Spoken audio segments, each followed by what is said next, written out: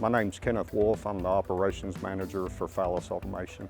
My daily tasks are to make sure that the company is running as smoothly as possible. I first started in the machine shop as a machinist, moved to inventory, set up the inventory, and moved from there to spare parts manager, and went from there to purchasing.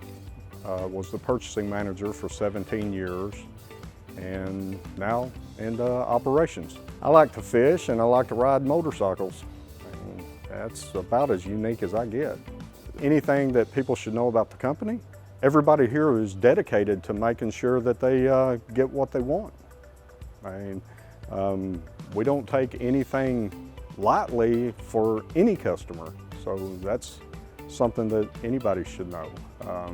We want to make sure that they get their equipment exactly the way they want it. All the employees here are focused on putting out the best equipment possible. Every customer is important. Doesn't matter whether they're our largest customer or our smallest customer, they're all important.